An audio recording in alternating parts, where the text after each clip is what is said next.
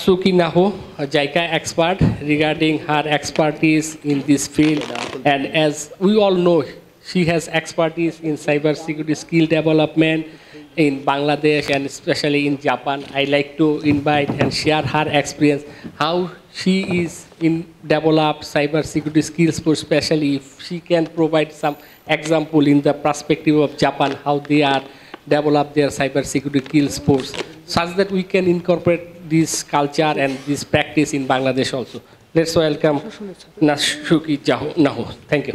Okay, thank you very much. Okay, Mr. Azad, thank you so much for your question. And first, I want to express my gratitude for this opportunity to be here today with such respected panelists, also honorable representative from banks. And yes, our BTOC basic program is focused on helping mid-career software engineers sharpen their skills.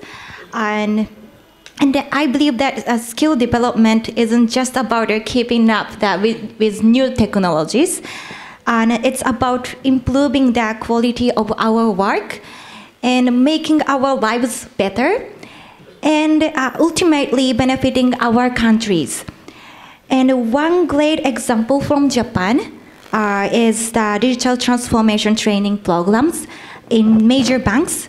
These programs are designed to help employees adapt to challenges like AI, and blockchain, and also the cashless payments. And they often include hands-on workshops and collaboration with tech experts to help employees understand and apply these new technologies. So I think I can say this example really highlights the importance of the event, like today's our workshop. And particularly, I can say in cybersecurity area. So reskilling is really crucial. And because the challenges are always evolving, and Japan has some excellent programs like the Cybersecurity Human Resource Development Program by Ministry of Economy, Trade and Industry. It's METI.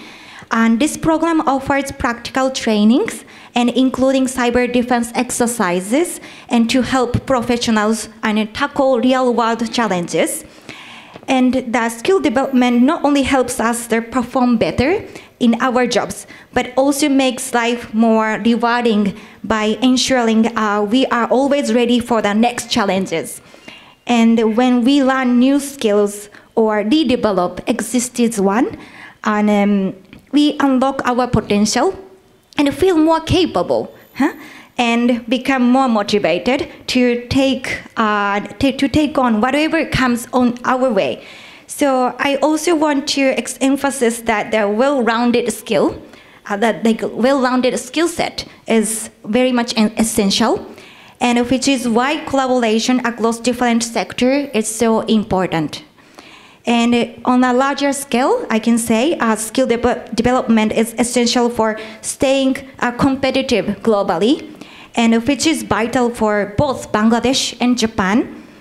And to achieve this, we need to foster a highly skilled workforce, and developing skills drive their innovations in critical areas like cybersecurity, and enabling the industry to grow internationally. And this not only strengthens the economy, but also enhances our global standing.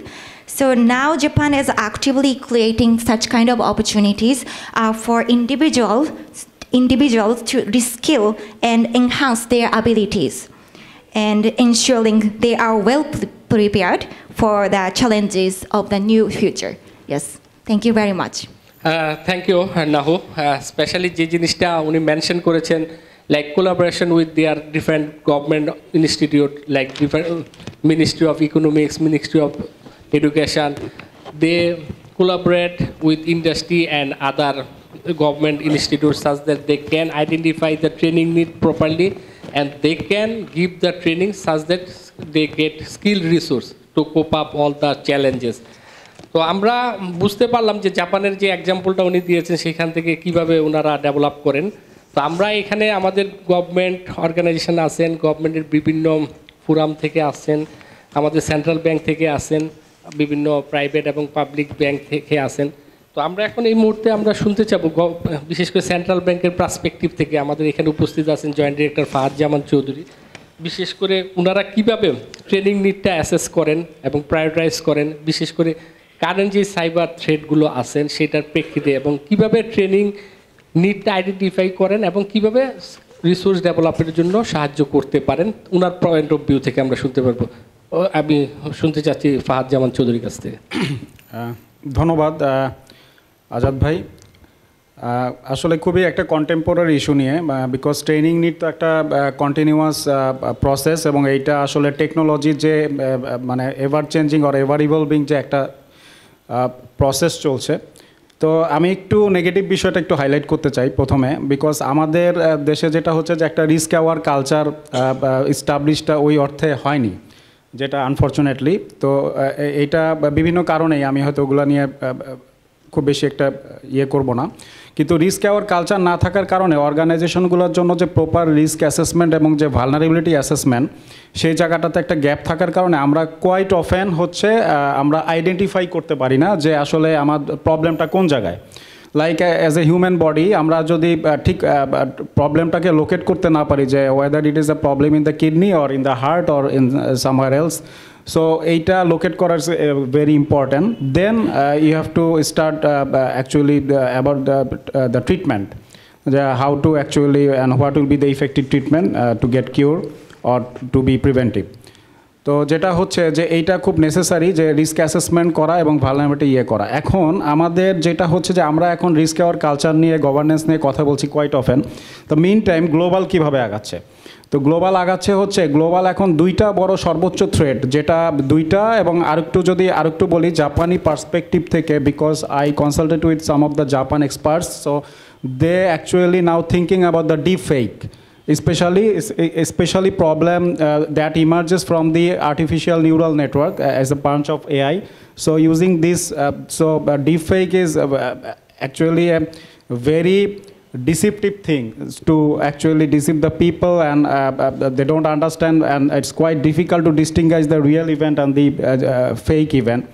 So এই জিনিসটা, এবং আমাদের আরেকটা important বিষয় হচ্ছে আমরা যখন এই ধরনের প্রিমিটিভ জিনিসগুলো নিয়ে আলোচনা করছি, সেখানে হচ্ছে কোয়ান্টাম কম্পিউটিংয়ের কিন্তু প্রায় এখন কিন্তু R&D লেভেল, এবং আমরা এখন নট ফর শিওর, মেবি এটা 5 ইয়ার্স পরে কমার্শিয়াল বুমিংটা আমরা দেখতে পারি আজ থেকে, যে কোয়ান্টাম কম্পিউটিং কিন্তু বিভিন্ন রিসার্চারের মধ্যে একটা কোল্ড ওয়ার চলছে, এটা আমরা সবাই কম বেশি জানি। তো কোয়ান্টাম কম্পিউটিংয়ের অ্যাডভান্টেজ এটাও আমরা জানি যে এক্সিস্টিং সিকিউরিটি ব্রেক হয়ে যাবে, কিন্তু আমাদের দেশে আমি জানি না শিওর, এখানে স্যার নীতি নির্ধারক আছেন, অনেকেই জানা আছেন যে এইখানের জন্য আসলে আমাদের রেজিলিয়েন্সটা কী।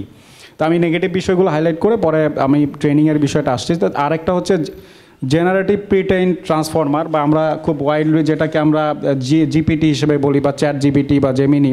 তো সেই জায়গাতে কিন্তু একটা বিষয় হচ্ছে অ্যাটাকারের জন্য এটা কিন্তু লাইক এ নিউক্লিয়ার উইপন, যে তারা কীভাবে এআইটাকে ইউজ করছে, এবং প্রম্পট ইঞ্জিনিয়ারিং করে একটা অর্গানাইজেশনের ইনসাইডস আউটসাইডস, মানে একটা তো হচ্ছে যে আমরা ডার্ক ওয়েব ডিপ ওয়েব নিয়ে কথা বলছি, কিন্তু জেনারেটিভ এআই কিন্তু খুব ডেঞ্জারাস একটা বিষয়। এটা যদি অ্যাটাকারের কাছে চলে যায়, তো সেটা হচ্ছে ইন্ডাস্ট্রি স্কেল বা ম্যাসিভ স্কেলে কিন্তু অ্যাটাক করা। তো ক্যাট অ্যান্ড মাউস গেমটা কিন্তু আসলে একটা লার্জ স্কেলে চলে যাচ্ছে। তো এই বিষয়গুলোকে কিন্তু আমাদের মাথায় রেখে নেক্সট 5 ইয়ার্স ফোরকাস্ট করে আমাদের ট্রেনিং নিড অ্যাসেসমেন্ট করা দরকার। এখন আমি সেন্ট্রাল ব্যাংক পার্সপেক্টিভে আসি। সেন্ট্রাল ব্যাংক পার্সপেক্টিভ আমরা গত বছর 23 সালে আমরা চ্যাপ্টার 13-এ কাস্টমার এডুকেশনে, বা এটা যেটা আগে 15 ভার্সনে, মানে 3rd ভার্সনে আমাদের যে আইটি সিকিউরিটি গাইডলাইন, সেখানে ছিল মেয়ার কাস্টমার এডুকেশন। আমরা এটাকে কিছুটা এলাবোরেট করে কয়েকগুলো সেগমেন্টে করেছি। তো আমাদের ওই গাইডলাইন অনুযায়ী আমরা কিন্তু বিভিন্ন লেভেলে, যে training for the business, cyber security বা IT security training for the business people যারা ব্যাংকের ফ্রন্ট এন্ডে কাজ করছে অথবা ব্যাক অফিসে কাজ করছে, training for the IT security professional. আর আইটি প্রফেশনাল, আমাদের একটা জিনিস খেয়াল রাখতে হবে যে আইটি সিকিউরিটি প্রফেশনাল এবং আইটি প্রফেশনালদের মধ্যেও ট্রেনিংয়ের কিন্তু ডিফারেন্স রয়েছে। যেমন একজন সফটওয়্যার ইঞ্জিনিয়ারকে যে ট্রেনিং দিতে হবে, একজন আইটি সিকিউরিটি ইঞ্জিনিয়ার তার জন্য কিন্তু ডিফারেন্ট। একজন সিকিউরিটি ইঞ্জিনিয়ার বা সিকিউরিটি অ্যাসেসরের জন্য দেখা গেছে যে ডার্ক ওয়েব থেকে কিভাবে এক্সট্রাক্ট করা হয়, অথেন্টিক সোর্সটা কোথায়, থ্রেট ইন্টেলগুলো আসলে কি ফলস রেটটা কতটুকু দিতে পারে না পারে, এটার উপর তাকে কিন্তু ডিকডাউন করতে হয়। ওয়েদার একজন সফটওয়্যার ইঞ্জিনিয়ারকে ওয়াসপের যে ধরনের গাইডলাইনগুলোর কথা বলা হচ্ছে, যে ধরনের সিকিউরিটি থেরাপিটিকেশন বা সিকিউর কোডিং নিয়ে কাজ করতে হয়। তো এই জায়গাগুলো এত সফিস্টিকেটেড এবং গ্র্যানুলার লেভেলে চলে গিয়েছে যে এই জায়গাতে আসলেই এই জায়গায় রিস্ক অ্যাসেসমেন্ট করে উপযুক্ত ট্রেনিং দেওয়াটা হচ্ছে একটা R&D রিলেটেড বিষয়, এবং এই R&Dর আউটকাম থেকেই করতে হবে। তো আমাদের জন্য জাস্ট মেয়ার আমরা মাল্টিপল অডিয়েন্সকে একসাথে নিয়ে একটা সাইবার সিকিউরিটি অ্যাওয়ারনেস প্রোগ্রাম করলাম, এটা ইফেক্টিভ হবে না। তো এই ধরনের মাল্টি সেগমেন্টটা আসলে কাজ করে। আরেকটা বিষয় বলে রাখা উচিত, সেখানে হচ্ছে এই অ্যাসেসমেন্টের জন্য যেটা আমাদের বাংলাদেশ ব্যাংকের গাইডলাইনেও আমরা এই বিষয়টা এমফাসাইজ দিয়েছি, সিকিউরিটি গভর্নেন্স, যেটা চ্যাপ্টার 2-তে আইটি সিকিউরিটি গভর্নেন্সের বিষয়টা বলা আছে, যেখানে হচ্ছে স্টিয়ারিং কমিটি আছে, তারপরে হচ্ছে স্ট্র্যাটেজি কমিটি আছে, আইটি সিকিউরিটি কমিটি আছে, যারা এই কমিটিগুলো ইউজুয়ালি হচ্ছে বোর্ড এবং হচ্ছে গভর্নেন্স পার্সপেক্টিভে এবং সিটিও এবং ম্যানেজিং ডিরেক্টর লেভেলের সিইও এবং হচ্ছে সিসো বিভিন্ন লেভেলের এই জায়গাগুলোতে তারা কাজ করে। তো এই জায়গায় একটা জিনিস একটু করা উচিত, আমি ফেডারেল রিজার্ভের সিসোর সাথেও বিভিন্ন সময় কনসাল্ট করেছি, তাদের প্র্যাকটিসটা কি অ্যাকচুয়ালি। তো তারা যেটা করে যে এটা ইফেক্টিভ করার জন্য কিছু ওয়ার্ক গ্রুপ থাকে, প্রত্যেকটা স্টিয়ারিং কমিটি বা স্ট্র্যাটেজিক কমিটির সাথে কাজ করার জন্য একটা ওয়ার্ক গ্রুপ কাজ করে, কারণ একটা বোর্ডের মেম্বারের পক্ষে কিন্তু এত গ্র্যানুলার লেভেলে বা এই ধরনের অ্যাসেসমেন্টে কাজ করা যায় না, বাট এটা কিন্তু টপ ডাউন অ্যাপ্রোচই। কিন্তু এই ওয়ার্ক গ্রুপ হচ্ছে তাকে একেবারে ফিল্ড লেভেলের একদম পারফেক্ট ইনফরমেশনটা দিতে পারে, অ্যাসেস করে। মাল্টিপল ওয়ার্ক গ্রুপ কাজ করে, একটা হচ্ছে রিস্ক বেসড ওয়ার্ক গ্রুপ কাজ করে, যেখানে সাব কমিটি থাকে, সাব কমিটি ওইটা কিছুটা গ্র্যানুলার লেভেলে কাজ করে ম্যানেজমেন্টের কাছে অ্যাকচুয়াল রিস্কের বিষয়টা তুলে ধরতে পারে। তো আমার কাছে মনে হচ্ছে যে এই যে কয়েকটা ফেজ, একটা হচ্ছে আমাদের বর্তমানে যেই সিচুয়েশন ট্রেন্ডটা চলছে, সেই ট্রেন্ডে গভর্নেন্সটাকে স্ট্রং করার জন্য, যেই ধরনের এই ইফেক্টিভ করার জন্য এই ধরনের ওয়ার্ক গ্রুপকে মাথায় রেখে আমাদের কিন্তু মাল্টিপল সেগমেন্টে ট্রেনিংটা দেওয়া। আর একটা হচ্ছে ফিউচার নেক্সট 5 ইয়ার্সের জন্য যে আমাদের জেনারেটিভ এআই বা ডিপ ফেক অথবা হচ্ছে আমাদের যেটা হচ্ছে কোয়ান্টাম কম্পিউটিংয়ের যে ধরনের ইমার্জিং থ্রেটসগুলো আনতে হচ্ছে, সেখানে আমাদের আসলে প্রিভেন্টিভ মেজারটা কীভাবে নেওয়া উচিত এটা নিয়ে একটু চিন্তা করা উচিত। আরেকটা বিষয় হচ্ছে যেটা আমাদের কালচারের সাথে একটু না বললেই নয়, সেটা হচ্ছে আমাদের ইন্টারনাল থ্রেটটা অনেক সময় ইমার্জ হয় ইন্টারনাল কনফ্লিক্ট থেকে। প্রায় আমরা দেখি, এটা আমরা লিগেসি হিসেবে বলি, আমরা সফটওয়্যারে যেমন বা হার্ডওয়্যারে যেমন একটা আউটডেটেড বা লিগেসি হার্ডওয়্যার থেকে প্রবলেম এরেজ করে, তো আমাদের কিছু লিগেসি কাস্টমস যেমন সিসো সিটিওদের মধ্যে একটা ক্ল্যাশ থাকে, প্রায় একজনের সাথে থাকে না, তো কোঅর্ডিনেশন গ্যাপ থাকে, যেটা আমাদের আমরা মনে হয় সবাই একমত হব যে based on my practical experience লাইফে, যে এই জায়গাগুলোতে এই কনফ্লিক্টগুলোকে রিজলভ করাটা খুবই ইম্পর্ট্যান্ট। কারণ কনফ্লিক্টটাকে রিজলভ না করতে পারলে ফোকাসটা থেকে সরে আসে, ফোকাসটা থেকে সরে আসলে আমার অ্যাকচুয়ালি প্রপার ট্রিটমেন্টটা কাজ করে না। তো আমাদের এইটা নিয়ে আসলে আমি এক্সপেক্ট করব, আমরা সেন্ট্রাল ব্যাংক থেকেও এই উদ্যোগটা নিয়েছি with the collaboration of the JICA এবং হচ্ছে বিসিসি এবং হচ্ছে বেসিসের, যে এই যে আমরা যে একটা নেটওয়ার্ক ইভেন্ট করলাম, এখানে কিন্তু সিসো সিটি ওরা আসলো। তো এই ধরনের কনফারেন্স নেটওয়ার্ক ইভেন্টগুলো যত ফ্রিকোয়েন্টলি করা যায়, এখানে আমার মোর অন হচ্ছে কন্টেন্ট তো একটা important factor, but other than content এখানে নেটওয়ার্ক কোলাবোরেশন হচ্ছে, পরস্পরকে আন্ডারস্ট্যান্ডিং হচ্ছে, এটা খুব effective, it will work I believe. তো এই জিনিসটা খুবই ইম্পর্টেন্ট এবং এটা যত ফ্রিকোয়েন্টলি আমরা করতে পারবো আমাদের এই কনফ্লিক্ট রেজলিউশন এটা হেল্প করবে। আপনার আলোচনা থেকে একটা পয়েন্ট যদি আমরা পিক করি টপ, যেটা আমি মনে করি যেটা সবাই এগ্রি করবেন আমার সাথে, যে ডিফারেন্ট গ্রুপের জন্য ডিফারেন্ট সেট অফ ট্রেনিং দরকার। লাইক মানে ব্যাংকে যে সিসু তার জন্য এক ধরনের ট্রেনিং হবে, ব্যাংকে যে আইটি নেটওয়ার্ক নিয়ে কাজ করে তার ট্রেনিংয়ের প্যাটার্ন ডিফারেন্টলি ভিন্ন হবে, কারণ টার্গেট গ্রুপ অনুযায়ী আমাদেরকে ট্রেনিং ডিজাইন করতে হবে, না হলে সবার জন্য মানে one single design doesn't fit for everybody. তো আমরা এই পয়েন্টটাতে মানে ওনার যদি টপ পয়েন্ট এটা নেই। সেকেন্ডলি হচ্ছে আমরা এআই আসতেছে, আমাদের নতুন নতুন ইমার্জিং থ্রেট আসতেছে, সেটার সাথে আমরা কীভাবে কুপ আপ করতে হবে সেই ব্যাপারে কীভাবে ট্রেনিং করতে হবে। তো আমরা এত ট্রেনিং করতে হবে আমাদের সবাই, তো লাইক আমরা যখন জবে জয়েন করি বা নতুন ফ্রেশাররা জয়েন করেন, তারা তো একটা একাডেমিক ডিগ্রি শেষ করে আসেন, লাইক বিএসসি অ্যাটলিস্ট।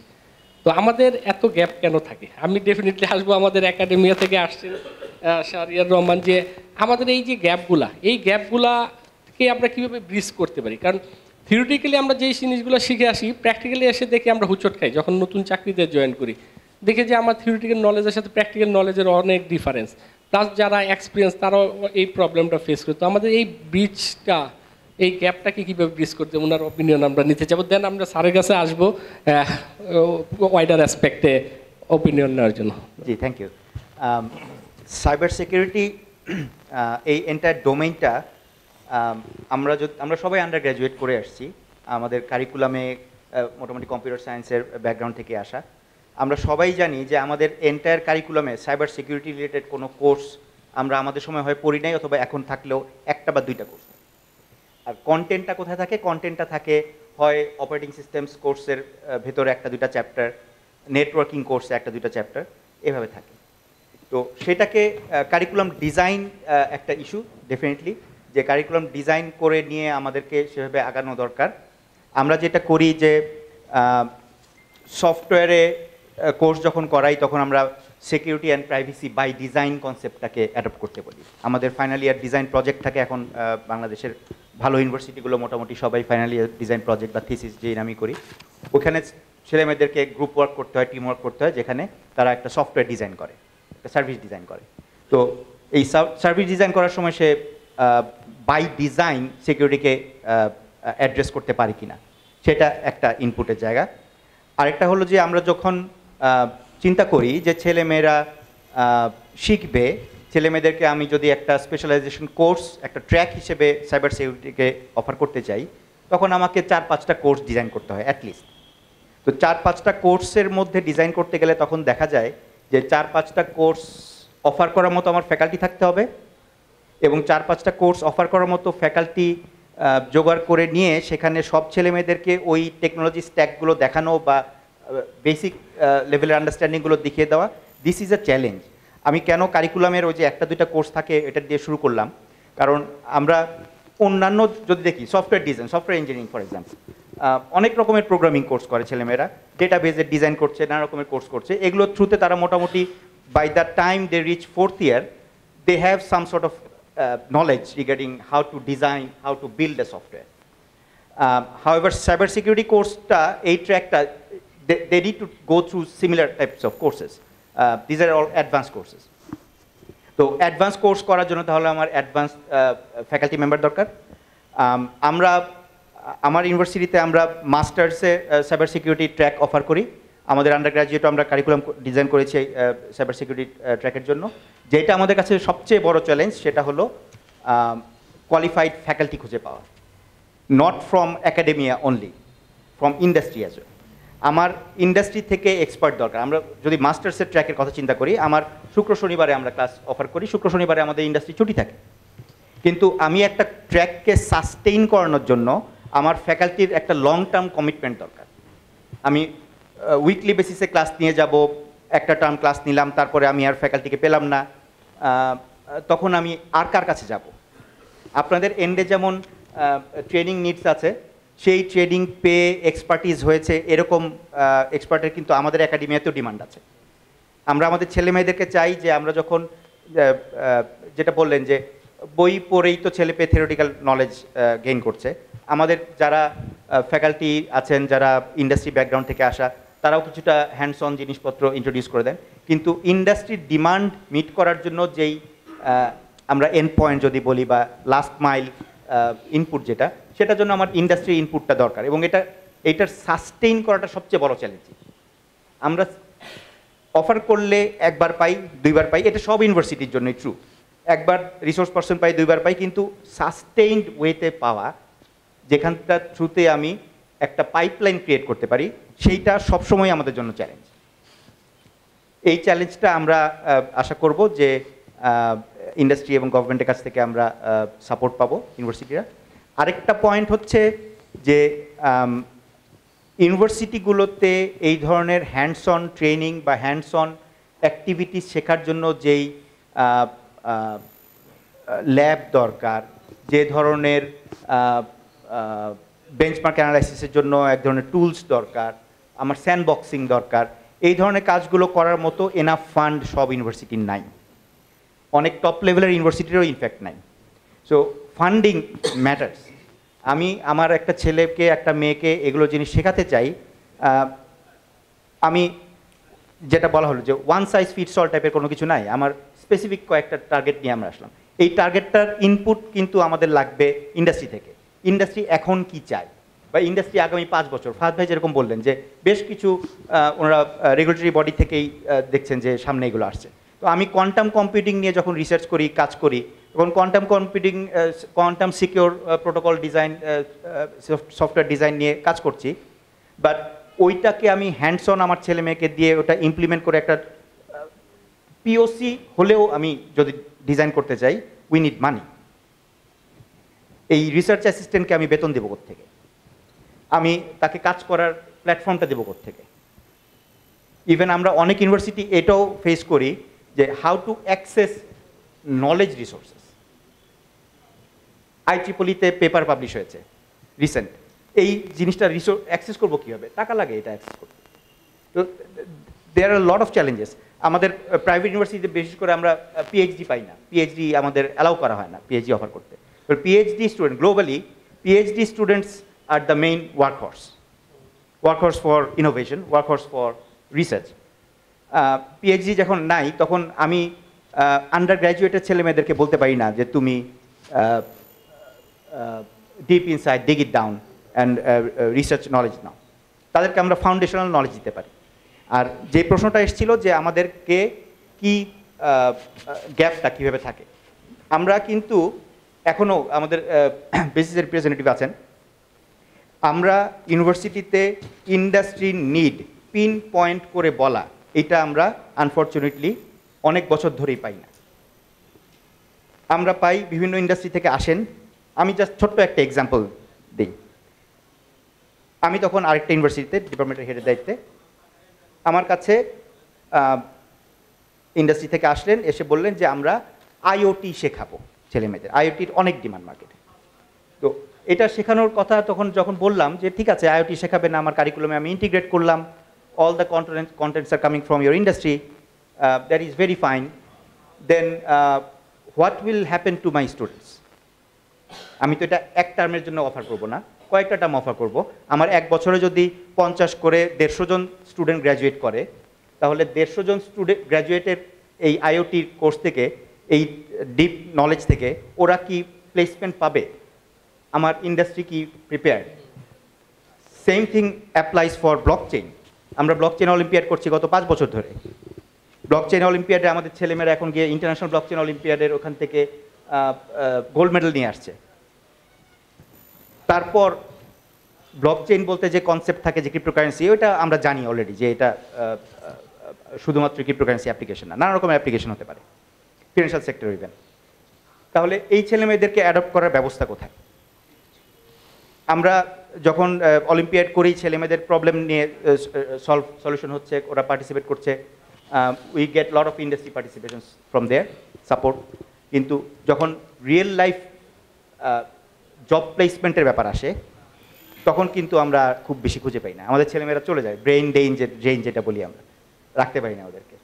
তো আমাদের কোলাবোরেশনটা খুব জরুরি, বিশেষ করে ইনফরমেশনটা, যে আমার ইন্ডাস্ট্রি আগামী 5 বছর কিভাবে নিজেদেরকে দেখতে চায়, কোন কোন টেকনোলজি স্ট্যাক, কোন কোন প্রবলেম সলভিং স্কিলস, কোন কোন নলেজ ফ্রেশ গ্র্যাজুয়েটদের কাছ থেকে পেতে চায়, এটা খুব জরুরি। Thank you.